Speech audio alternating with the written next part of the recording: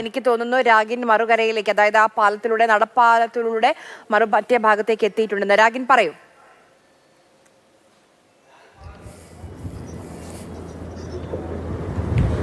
അങ്ങനെ നമ്മളിപ്പോൾ ആ പാലം കടന്ന് ഇപ്പുറത്തേക്ക് എത്തിയിട്ടുണ്ട്. വളരെ ദുഷ്കരമായിട്ടുള്ളൊരു പാതയാണത്. മരം കൊണ്ടൊക്കെ താൽക്കാലികമായി നിർമ്മിച്ച ഒരു പാതയാണത്. പക്ഷേ ശക്തമായിട്ടുള്ള കുത്തൊഴുക്കിൽ ആ മരം ഇളകിയിട്ടുണ്ട്. അതുകൊണ്ടാണ് ഈ സൈന്യവും മറ്റുമൊക്കെ ഒരു വലിയ നിയന്ത്രണം ഇതുമായി ബന്ധപ്പെട്ട് ഏർപ്പെടുത്തിയിരിക്കുന്നത്. എന്തായാലും ഇപ്പോൾ തൽക്കാലം ഇവിടേക്ക് കടന്നിട്ടുണ്ട്. രണ്ട് പാലങ്ങളുടെ നിർമ്മാണം, ബെയിലി പാലത്തിന്റെയും അതോടൊപ്പം തന്നെ നടപ്പാലത്തിന്റെയും ഒക്കെ നിർമ്മാണം പൂർത്തിയായി വരികയാണ്. ഇനിയിപ്പോൾ നമുക്ക് പോകേണ്ടത് മുണ്ടക്കൈ ഭാഗത്തേക്കാണ്. നമുക്ക് ഇവിടെ കാണാം ഈ ദൃശ്യങ്ങൾ. അതായത് ശക്തമായിട്ടുള്ള കുത്തൊഴുക്കിൽ ചെളിയും കല്ലും ഒക്കെ വന്ന് അടിഞ്ഞിരിക്കുകയാണ്. നേരത്തെ ഒരു പുഴ മാത്രമാണ് ഈ മേഖലയിൽ ഉണ്ടായിരുന്നത്. പക്ഷേ അതൊക്കെ ചരിത്രമാണ്. ഇനി അതായത് ശക്തമായിട്ടുള്ള വെള്ളം കയറി ഇറങ്ങിയതിന്റെ ബാക്കി പത്രമാണ് ഈ മേഖലയിലാകെ നിലനിൽക്കുന്നത്. എന്തായാലും മുണ്ടക്കൈ ഭാഗത്താണ് ഇപ്പോൾ പ്രധാനമായും ഈ തിരച്ചിലും മറ്റു കാര്യങ്ങളുമൊക്കെ കേന്ദ്രീകരിക്കേണ്ടത്. അവിടേക്ക് 3 JCB ഇതിനോടകം, അതായത് മറുകരയിലേക്ക് എത്തിയിട്ടുണ്ട്. അതിന്റെ പ്രവർത്തനങ്ങളും അവർ നേതൃത്വം കൊടുത്ത് നടത്തുന്നുണ്ട്.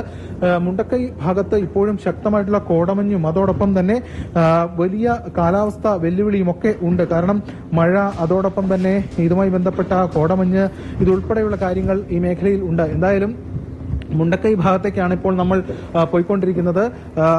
ഇതിൽ ഏറ്റവും പ്രധാനം അവിടെയാണ് കൂടുതൽ പേർ കുടുങ്ങിക്കിടക്കുന്നത്. കാരണം ബന്ധുക്കളും അതോടൊപ്പം തന്നെ അവരുടെ ഉറ്റവരുമൊക്കെ ഇക്കാര്യങ്ങളാണ് പറഞ്ഞിരിക്കുന്നത്. ഗോകുൽ, ഇപ്പോൾ നമ്മൾ മറുകര എത്തിയിരിക്കുന്നു. ഇനി മുണ്ടക്കൈ ഭാഗത്തേക്കാണ് നമുക്ക് പോകേണ്ടത്. തീർച്ചയായും ഇനി ഏകദേശം ഒരു 3 കിലോമീറ്ററിന് അടുത്തുണ്ട് ഈ മുണ്ടക്കൈ ഭാഗത്തേക്ക്. വളരെ ശ്രമകരമായുള്ള ഒരു വഴിയാണ്, വളരെ മോശം വഴിയാണ്. ഇവിടെ പല സ്ഥലങ്ങളിലും ഇങ്ങനെ പൊട്ടിക്കിടക്കുകയാണ്, ചേറായി കിടക്കുകയാണ്. അങ്ങനെയുള്ള ഒരു സാഹചര്യമാണ്. നമ്മൾ ദിവസം വന്നിരുന്നോ? ഉണ്ടായിരുന്നല്ലോ. ചൂരൽമലയിലായിരുന്നു ഉണ്ടായിരുന്നത്. മുണ്ടക്കൈ ഭാഗത്തേക്ക് ഇന്ന് ആദ്യമായിട്ടാണ് വരുന്നത്.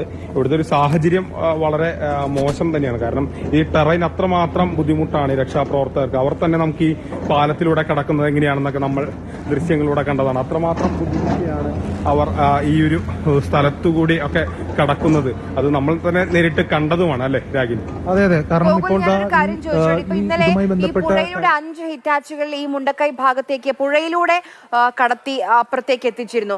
ആ ഹിറ്റാച്ചുകളാണ് നമ്മൾ ഈ കാണുന്നത്. ഇതിന് മുകളിൽ ഇവിടെ നിന്നാൽ മതിയാകുമോ? മുണ്ടക്കൈ കുറച്ചുകൂടി പോകേണ്ടതില്ലേ, 2-3 കിലോമീറ്റർ? അവിടേക്ക് എന്തുകൊണ്ടാണ് ഈ ഹിറ്റാച്ചുകൾ പോകാത്തത്?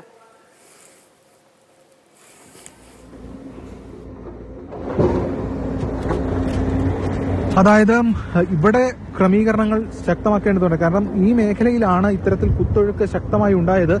വലിയ വലിയ പാറക്കഷ്ണങ്ങൾ, അതോടൊപ്പം തന്നെ ചെളി, ഇതുൾപ്പെടെയുള്ള കാര്യങ്ങൾ ഇറങ്ങി ഇരിക്കുകയാണ്. ഇത് ക്ലിയർ ചെയ്ത് പാത സജ്ജമാക്കേണ്ടതായിട്ടുണ്ട്. എന്നാൽ മാത്രമേ സുഗമമായി അവിടെ പോയി കൂടുതൽ കാര്യങ്ങൾ ചെയ്യാൻ കഴിയുകയുള്ളൂ. എന്തായാലും മണ്ണുമാന്തി യന്ത്രങ്ങളും അതോടൊപ്പം തന്നെയുള്ള സംവിധാനങ്ങളും, യന്ത്ര സംവിധാനങ്ങളും ഒക്കെ ഇവിടെ കേന്ദ്രീകരിച്ച് ഇക്കാര്യങ്ങൾ നോക്കിക്കൊണ്ടിരിക്കുകയാണ്. ഇതിൽ ഏറ്റവും പ്രധാനപ്പെട്ട കാര്യം എന്ന് പറയുന്നത് ഇനി ഇവിടെ നിന്ന് മുണ്ടക്കൈ ഭാഗത്തേക്ക് പോകണം. മുണ്ടക്കൈ ഭാഗത്ത് ആണ് തെരച്ചിൽ ഉൾപ്പെടെ കൃത്യമായി നടത്തേണ്ടതായിട്ടുള്ളത്. വലിയ പാറക്കഷ്ണങ്ങളൊക്കെ വന്ന് ഈ മേഖല അപ്പാടെ ഒരു തകർത്ത തരിപ്പണമാക്കിയ ഒരു പ്രദേശം എന്ന നിലയിലാണ് ഇവിടെ കാണാൻ സാധിക്കുന്നത്. അതോടൊപ്പം ആ സ്കൂൾ ഉൾപ്പെടെയുള്ള കാര്യങ്ങളുമൊക്കെ നമുക്ക് മുന്നിലുണ്ട്. എന്തായാലും ഇതിൽ ബെയിലി പാലത്തിന്റെ നിർമ്മാണം അന്തിമഘട്ടത്തിലേക്ക് പോകുന്നു. അതോടൊപ്പം തന്നെ നടപ്പാതയുണ്ട്. നടപ്പാതയുടെ നിർമ്മാണവും നടക്കുകയാണ്. ഇതിന് ശേഷമായിരിക്കും ഇനി ഇതുമായി ബന്ധപ്പെട്ട കാര്യങ്ങൾ നീക്കുക. അത് കൂടുതൽ കണക്ടിവിറ്റി സജ്ജമാക്കിയ ശേഷം അവിടെ കേന്ദ്രീകരിക്കുക എന്ന ലക്ഷ്യമായിരിക്കും ഇനി പ്രധാനമായും ഈ സൈന്യവും അതോടൊപ്പം തന്നെ സുരക്ഷാ ഏജൻസികളും അതോടൊപ്പം മറ്റ് ബന്ധപ്പെട്ട വിഭാഗങ്ങളും ഒക്കെ സജ്ജമാക്കുക. ഇനി ഇത് പാതയായിരുന്നു. ഇതിലെ മുന്നോട്ടാണ് മുണ്ടക്കൈ ഭാഗത്തേക്ക് നമുക്ക് പോകേണ്ടതായിട്ടുള്ളത്. അങ്ങനെ ശക്തമായിട്ടുള്ള കോടമഞ്ഞ് ഈ മേഖലയിൽ ഉണ്ട്.